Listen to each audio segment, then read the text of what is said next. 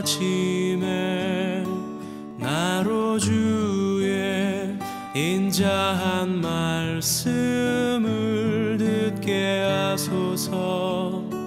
내가 주를 의뢰합니다. 나의 다닐 길을 인도하소서. 아침에 나로 주의 인자한 말씀을 듣게 하소서. 내가 주를 의뢰합니다. 나의 다닐 길을 인도하소서. 내가 내 영혼을 주께 드립니다. 내가 내 영혼을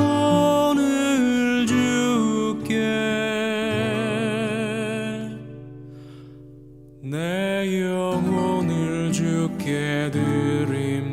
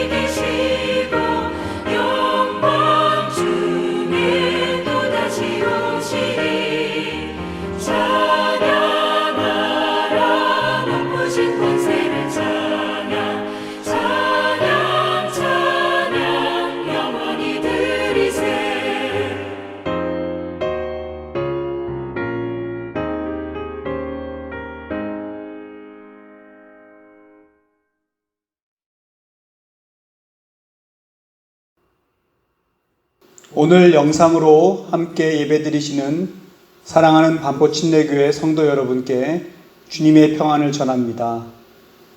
기쁜 소식을 전해드리겠습니다. 오랫동안 참고 기다리셨는데 다음 주부터 교회에서 함께 모여서 예배드리도록 하겠습니다. 주변의 성도분들께 소식을 나눠주셨으면 감사하겠습니다. 내일 밤 10시에 거리의 천사 노숙자 봉사가 있습니다. 참가하실 분들은 저나 이무열 집사님께 알려주시기 바랍니다. 오늘 우리에게 주신 하나님의 말씀은 잠언 3장 1절부터 10절까지입니다. 함께 봉독하겠습니다. 아이들아, 내 가르침을 잊지 말고 내 계명을 내 마음에 간직하여라.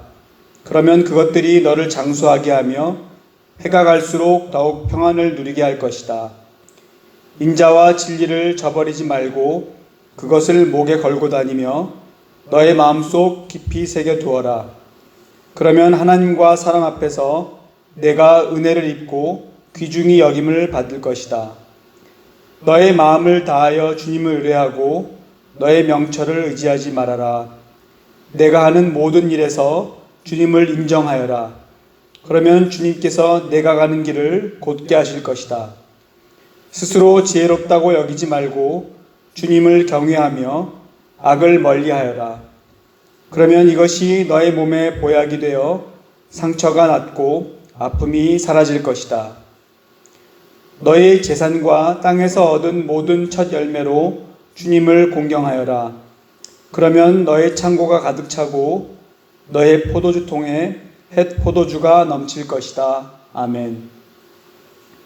이 시간 이영원 목사님께서 자녀들의 행복을 위한 교훈이라는 제목으로 말씀 전해 주실 때 큰 은혜 받으시기 바랍니다. 오늘은 우리나라의 여러 교회들에서 어린이 주일로 지킵니다. 그래서 오늘 말씀은 사랑하는 자녀들의 행복한 삶을 위해 우리 부모들이 자주 전해야 되는 귀한 교훈들에 대해서 같이 나누고자 합니다. 만약 여러분들이 사랑하는 자녀들에게 귀한 인생 교훈을 남겨줄 수 있는 마지막 기회를 가진다면 여러분은 어떤 교훈을 전하시겠습니까? 오늘 우리가 함께 보았던 본문의 말씀은 솔로몬 왕을 비롯하여 고대 이스라엘의 신앙적 지도자들이 자녀들과 후손들로 하여금 꼭 지키게 하기 위한 중요한 교훈의 엑기스만 담고 있다고 볼 수 있을 것입니다.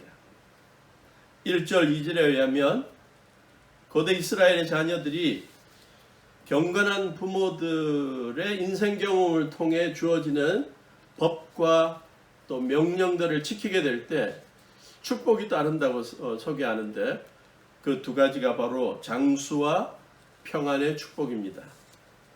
장수, 오래 사는 것이고요. 또 평안, 샬롬.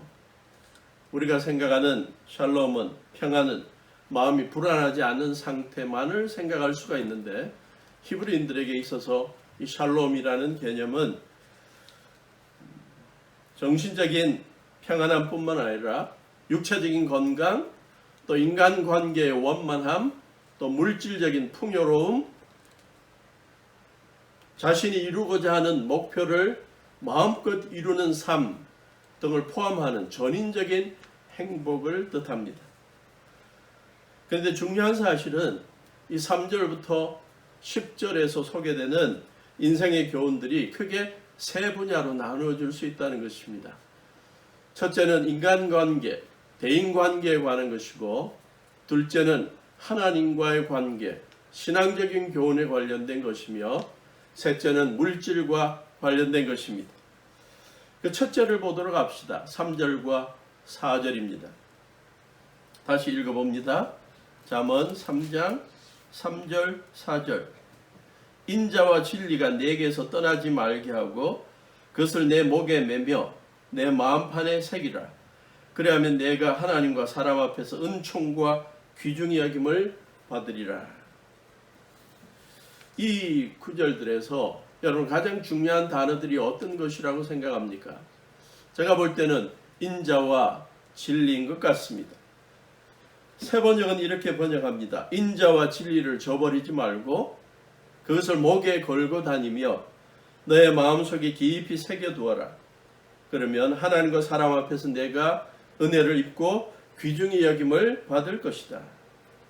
여기서 특별히 목에 걸고 다니라고 말하는데요. 인자와 진리를 목에 걸고 다니라.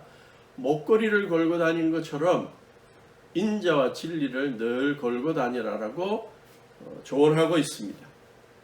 여러분이 목에 걸고 다니는 목걸이 중에 가장 아끼는 것은 어떤 것인가요? 값비싼 것? 아니면 연애 시절에 선물로 받았던 것? 제가 보았던 사람들의 목걸이 가운데 가장 인상 깊은 목걸이가 있다면 안젤리나 졸리라는 영화 배우와 밥 톤톤이라는 영화 배우가 걸고 다녔던 목걸이입니다. 그들이 부부로 있을 때 오래전 하루는 안젤리나 졸리가 제안을 했습니다. 자기 남편 밥 톤톤에게 우리가 서로 다르게 촬영한다고 2주 이상이나 떨어져 지내는 경우가 많은데 항상 우리가 서로를 생각하고 사랑의 마음을 계속 유지하기 위해서 우리가 서로의 피를 목에 걸고 다니자. 그렇게 해서 안젤리나 졸리는 밥 톤톤의 피를 조그만 병에 담아서 자기 목걸이로 만들었고 또 밥 톤톤도 안젤리나 졸리의 피를 조금 담아서 병에 담아서 목걸이로 하고 다녔습니다. 그래서 멀리 떨어져 있어도 항상 상대방을 생각하겠다는 결심을 보이고 있습니다. 그런데 오늘 본문에 보면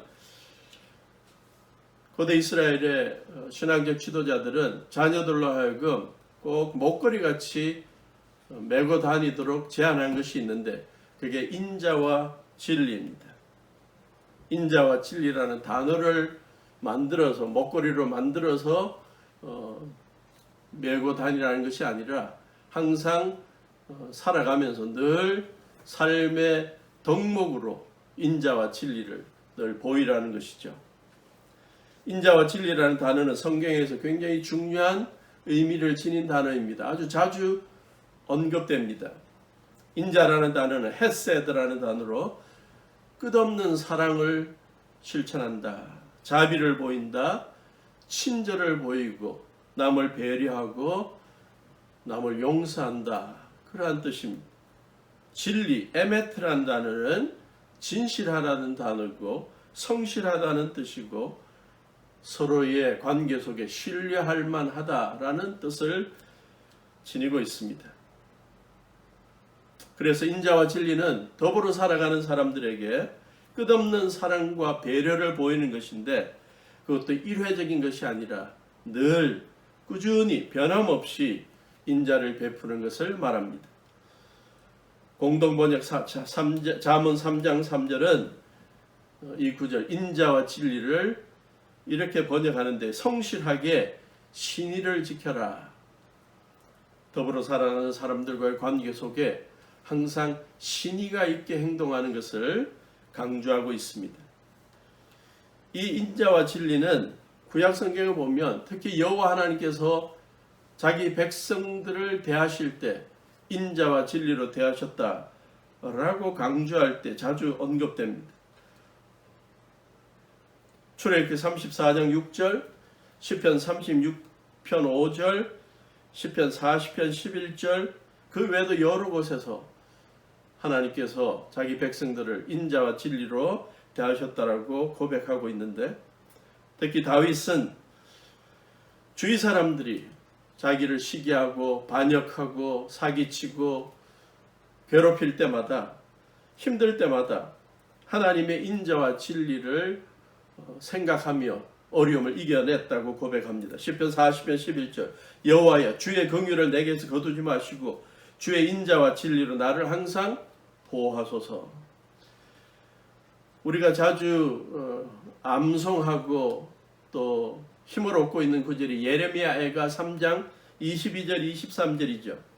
여호와의 인자와 긍휼이 무궁하심으로 우리가 진멸되지 아니함이니이다. 이것들이 아침마다 새로우니 주의 성실하심이 크시도소이다.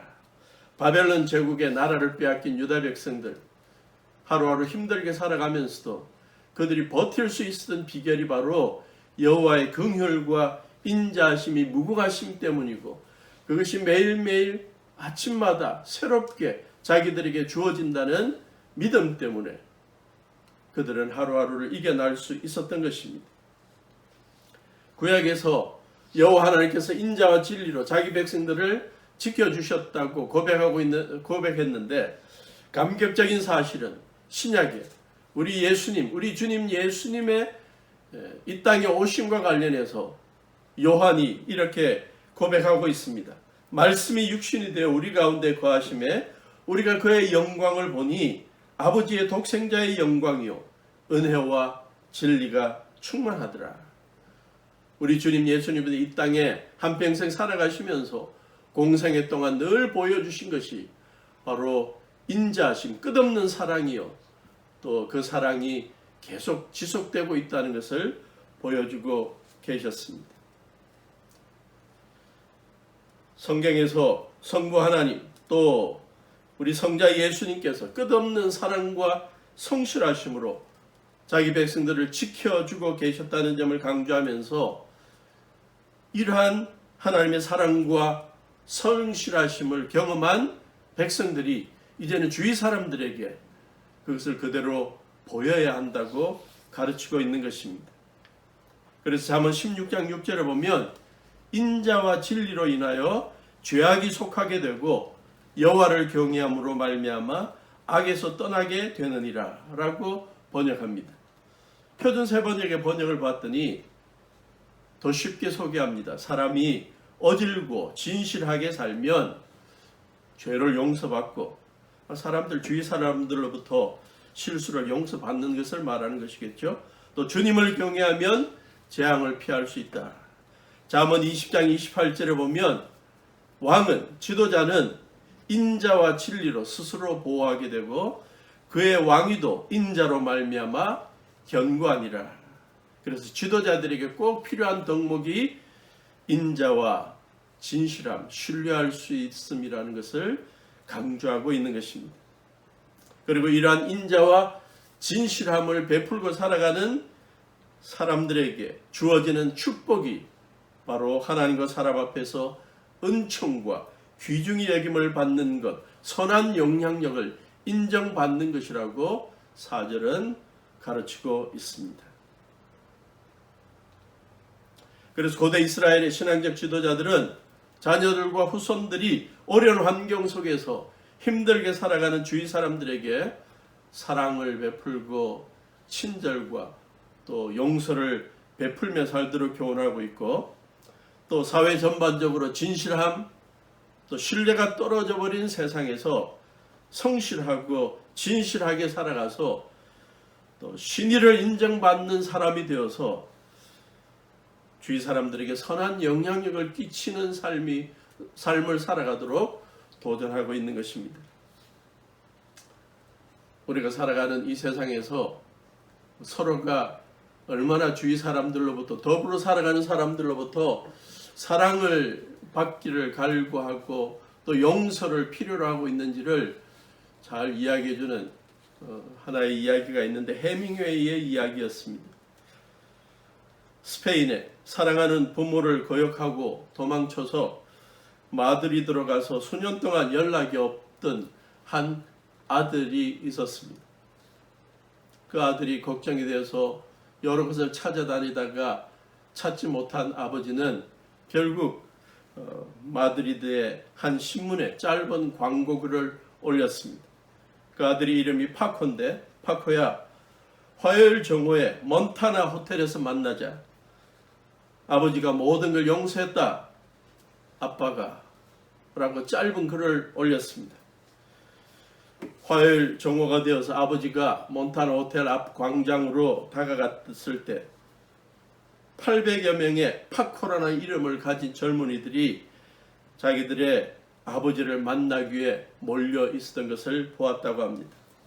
아버지의 사랑과 용서, 인자를 필요한 사람들이 얼마나 많은지를 암시해주는 그러한 짧은 이야기라고 봅니다.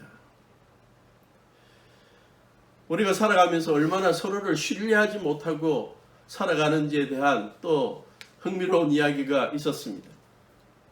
거북이 3마리가 소풍을 가기로 하고 서로 한 마리는 먹을 것을 준비하고 도시락을 준비하고 또 다른 한 마리 거북이는 물을 준비했습니다. 근데 마지막 한 마리 거북이는 아무것도 준비하지 못하고 소풍을 떠나게 되었습니다. 한참 공원을 걸어가고 있는 때에 비가 쏟아지기 시작합니다. 그래서 그들이 급하게 바위 아래에 숨었습니다. 그러고는 말합니다. 한 거북이가 나는 도시락을 준비해 왔고 너는 물을 준비해 왔는데 또 다른 한 마리 거북이 너는 아무것도 준비하지 않았으니 집으로 돌아가서 우산을 가지고 와라. 그래서 우리가 우산을 쓰고 다시 우리 소풍을 계속 가자.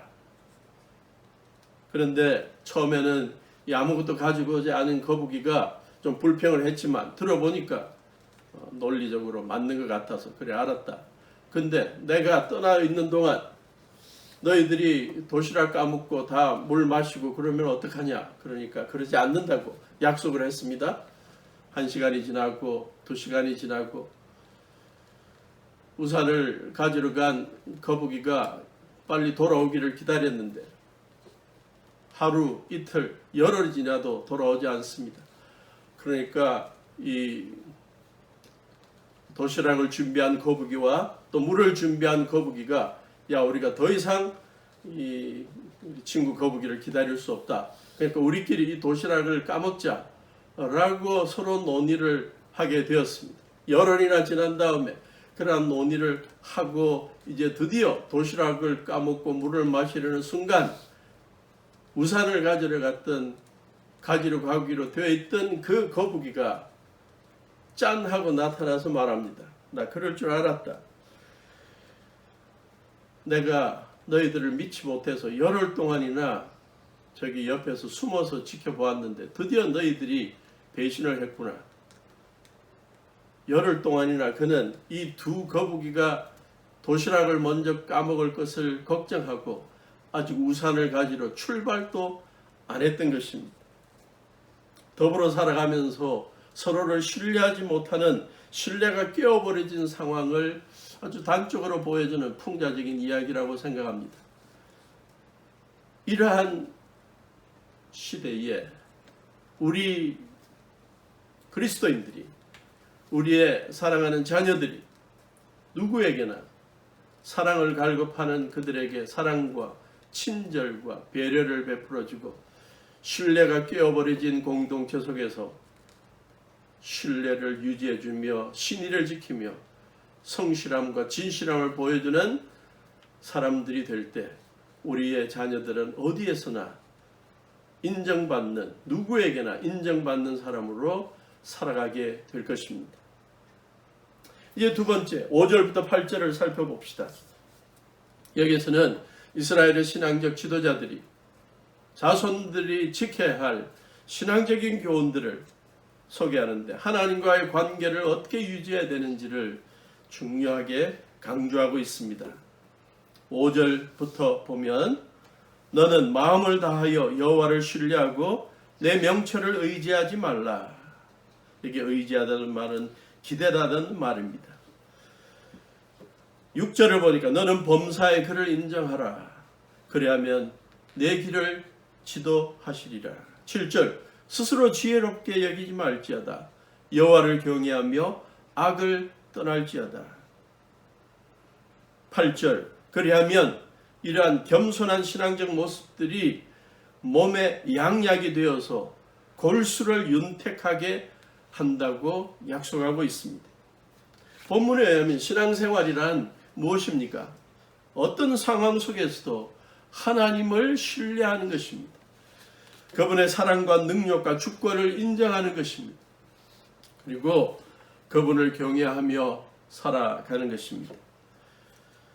신뢰하다는 단어를 히브리어로 찾아봤더니 바파크라는 단어인데 원어에서 암시되는 이미지가 두 가지입니다. 하나는 어떤 사람의 누군가의 얼굴 앞에 자신을 내려놓는 모습이고 또 다른 이미지는 땅에 쭉 뻗어서 누워있는 모습입니다. 어렵고 답답한 상황에 처하여 염려하고 우려하거나 낙심하며 살아가던 자가 자신의 문제들을 주님 앞에 내려놓아 버리는 것, 주님 앞에 자기 자신을 내려놓는 것이 바로 주님을 의지하는 것입니다. 온갖 답답한 일들과 걱정스러운 일들이 생길 때마다 주님이 해결해 주실 것을 간구하고 기도하고 그 이후에는 주님 앞에 평안히 누워있는 모습이 바로 믿음의 모습, 또 신앙의 모습이라고 볼 수 있습니다. 인정하다, 범사의 그를 인정한다. 주님의 능력, 주님의 사랑, 주님의 지혜를 인정한다. 그것은 야다라는 동사인데 단순히 머리로 아는 것이 아니라 삶의 체험적으로 아는 것을 말합니다. 범사의 하나님의 능력이 크시고 우리를 선하신 길로 인도하시려는 뜻을 지니고 계심을 체험 속에서 알아가고 또 고백하는 그것이 바로 인정하는 것입니다. 경외하다라는 뜻은 두려워하다라는 뜻으로 번역되기도 하지만 더 긍정적인 의미는 존경하다, 존중하다, 자랑하다, 찬양하다, 예배드리다. 주님의 위대함을, 거룩하심을 인정하고 능력을 인정하고 그분이 우리들에게 베푸르신 인자와 또 그분의 성실하심, 우리의 삶을 선하게 인도해 주신 것이 너무 감사해서 삶의 여러 경우들을 통해서 예배드리고 찬양하고 주위 사람들에게 자랑하는 이게 바로 주님을 경외하는 것입니다. 그런데 오늘 본문에서 5절과 7절에 보면 대조되는 게 있습니다. 하나님의 백성들이 자신의 명철을 의지하고 사는 것과 여호와를 의지하고 사는 것이 대조되고 있고 스스로 지혜롭게 여기고 사는 모습과 여호와를 경외하는 모습이 대조되고 있습니다. 그래서 이스라엘의 신앙적 지도자들은 자녀들과 후손들이 자신들의 제한된 명철과 지혜와 또 경험을 앞세우고 살지 않도록 도전하고 있습니다. 오히려 여호와를 의지하고 그분의 능력과 주권을 인정하며 체험하며 그분을 존경하고 존중하고 자랑하고 찬양하고 예배드리고 살 것을 제안하고 있는 것입니다. 여기에서 중요한 점은 하나님을 신뢰하고 그분의 사랑과 능력과 주권을 인정하는 것이 머리로만 지식으로만 그쳐서는 안 된다는 것입니다. 삶의 순간순간마다 체험되어야 한다는 것을 강조하는 것입니다. 흥미로운 기사를 하나 읽었습니다. 1855년에 찰스 블러딘이라는 유명한 고개사가 나야가라 폭포 이쪽 끝에서부터 저쪽 끝까지 외줄 밧줄을 만들어 놓고 걸어 놓고 외줄 타기를 시도했습니다. 수많은 구경꾼들이 몰려 있을 때 질문합니다.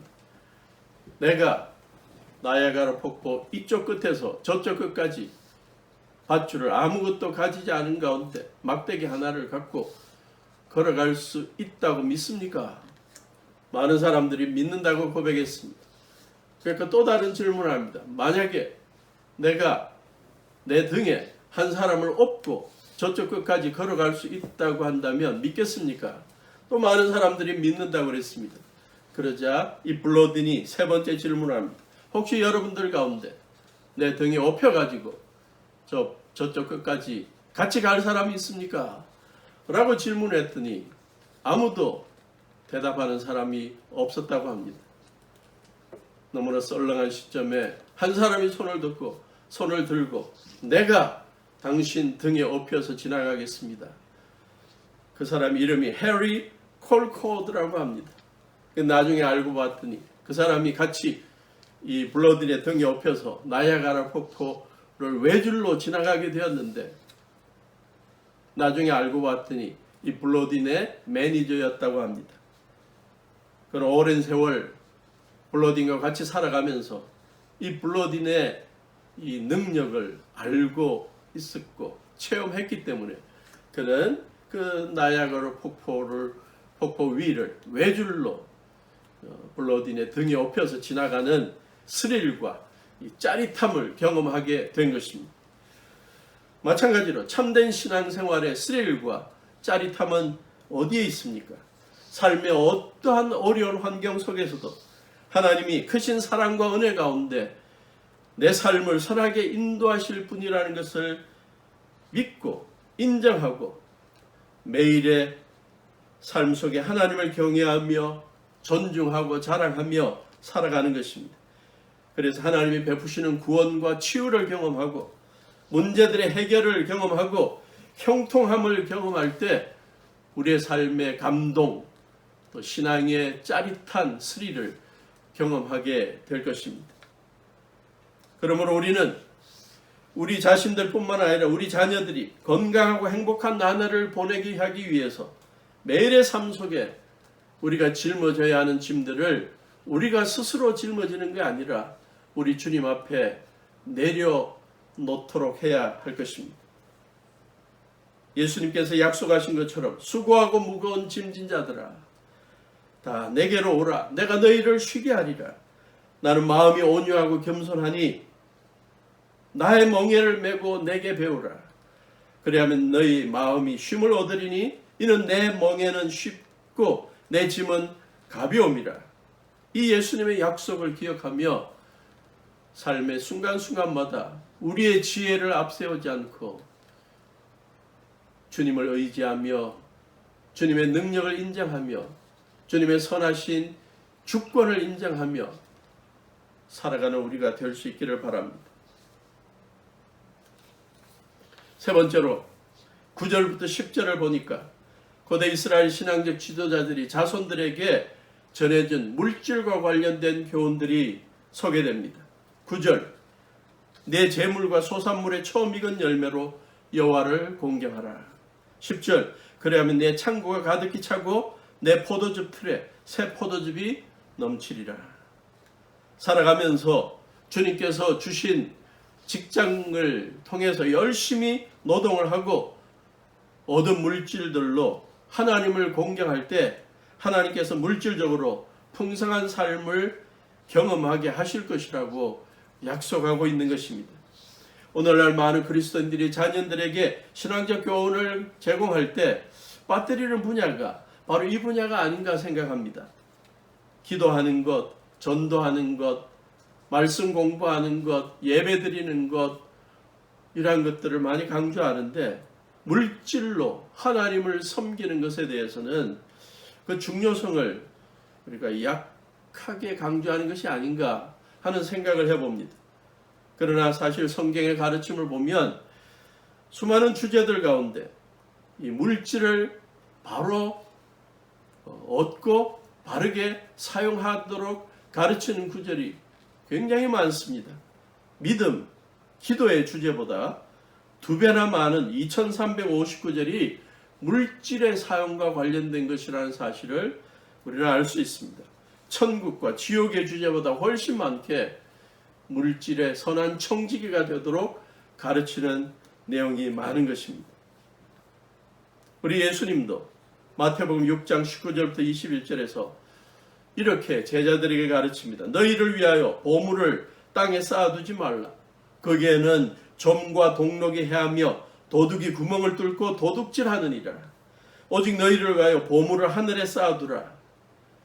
거기는 점이나 동록이 해하지 못하며 도둑이 구멍을 뚫지도 못하고 도둑질도 못하느니라. 내 보물이 있는 그곳에는 내 마음도 있느니라. 그러므로 우리도 우리의 자녀들이 이 세상에 살아가는 동안 하나님께서 주신 물질에 대한 선한 청지기로 살도록 가르쳐야 합니다.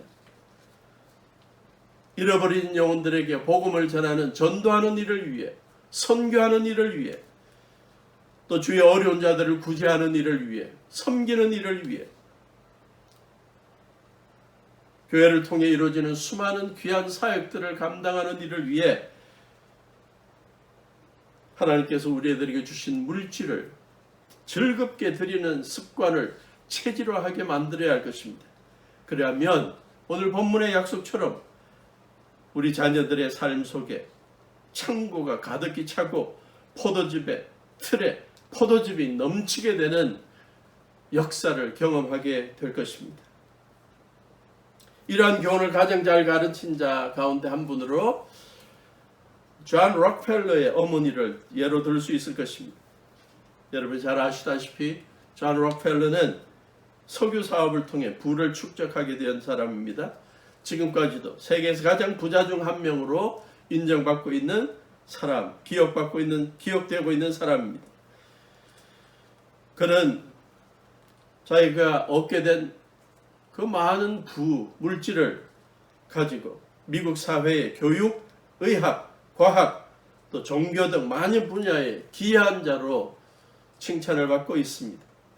그는 미국의 명문 대학 중에 하나인 시카고 대학을 비롯해서 12개의 대학을 설립했고 교회당을 자그마치 4,928개나 헌당한 사람입니다. 그가 88살에 시카고 트리뷴지의 기자가 그의 부유함의 비결에 관해 물어보게 되었습니다. 그때 그는 자기의 어머니의 신앙적 교훈 때문에 자기가 부유하게 되었다고 고백합니다. 그 어머니가 어렸을 때부터 자기에게 가르쳤던 몇 가지 교훈을 그 비결로 설명했는데요. 그 첫째가 수고하고 얻은 재물의 11조를 하나님께 반드시 드리는 것이라는 것이었습니다. 그래서 그는 어릴 때 용돈을 20센트를 받았을 때부터 11조를 하기 시작했고 평생 동안 하나님께 11조를 드리는 삶을 살았다고 합니다. 평생 그가 드렸던 11조 총액이 5억 2,100만 불, 우리 한국 돈으로 6,350억 원이라고 합니다. 그래서 자기 회사의 11조를 계산하는 전담 직원이 40명이나 있었다고 할 정도로 합니다. 둘째는 성전 건축의 축복을 잊지 말라는 어머니의 교훈을 그는 기억하고 실천했다고 합니다. 4,928개의 예배당을 건축한 그는 수많은 지역에 수많은 교회들을 통해 하나님의 복음이 전해지는 역사, 생명이 거듭나는 역사를 일으킨 주역이 되게 된 것입니다. 셋째는 그는 주일 예배에 빠지지 말고 예배를 드릴 때는 맨 앞자리에서 드리라는 어머니의 교훈을 기억하고 그렇게 실천했다고 합니다. 자신이 부유하게 된 비결에 대해 이와 같이 설명한 록펠러는 자기가 이러한 어머니의 가르침들을 중요하게 생각하고 또 물질적으로 하나님을 공경했을 때 하나님께서 그에게 다른 사람들이 볼 수 없는 통찰력을 주셨다고 고백했습니다. 다른 사람들을 사업을 하면서 3년 후를 내다보지 못했지만 하나님께서 자기에게 20-30년 후까지 내다볼 수 있는 사업의 통찰력을 주셨다고 그는 고백한 것입니다. 그러므로 우리도 우리의 사랑하는 자녀들이 성실하게 일하고 번 것들을 통해 하나님의 나라를 확장하는 귀한 일을 위해 즐거운 마음으로 드릴 수 있도록 어릴 때부터 교훈하시고 도전하실 수 있기를 바랍니다. 그래서 결과적으로 하나님께서 그들의 물질적인 선한 청지기됨을 인정하시고 더욱더 많은 물질들을 맡기게 되는 풍성한 삶을 경험하게 만들 수 있기를 바랍니다. 어린이 주일을 맞이해서 고대 이스라엘 백성들이, 이스라엘의 신앙적 지도자들이 자녀들에게, 후손들에게 전했던 귀한 교훈들, 신앙의 교훈의 엑기스들을 우리가 함께 살펴보는 시간을 가졌습니다. 우리들도 시대때로 잠언 3장 1절부터 10절의 이 교훈을 늘 가르쳐서 우리 자녀들이 평생 동안 이 구절을 암송하고 목에 메고 다니듯이 늘 삶의 실천에서 하나님께서 베푸시는 귀한 축복과 장수와 평안을 경험하는 복된 삶을 살아가게 만드시기를 주님의 이름으로 축원합니다. 기도하시겠습니다. 하나님, 우리의 귀한 자녀들이 믿음 안에 바로 서서 살아가면서 하나님으로부터 또 주위 사람들로부터 늘 인정받고 은총을 받고 살아가는 복된 삶을 살아갈 수 있도록 그들을 지켜주시고 인도해 주시옵소서.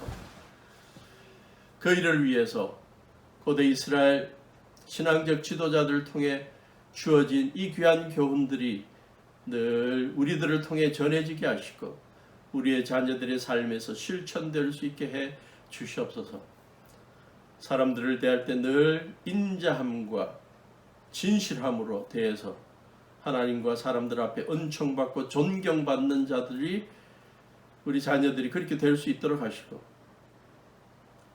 우리의 지혜와 명체를 내세우지 않고 늘 하나님을 신뢰하며 의지하며 하나님의 능력과 주권을 인정하며 하나님을 공경하고 우리 주님을 공경하는 삶을 살아가는 참 신앙인의 모습을 우리 자녀들이 늘 실천하게 하시고 하나님께서 베풀어 주시는 물질, 우리가 열심히 일하고 번 물질을 통해 하나님의 영광을 돌리는 일에 마음껏 드리는 물질의 선한 청지기로 우리 자녀들이 살아가서 주님 앞에 더 풍성한 축복들을 경험하는 우리 자녀들 되게 해 주시옵소서. 예수님의 이름으로 기도하옵나이다. 아멘.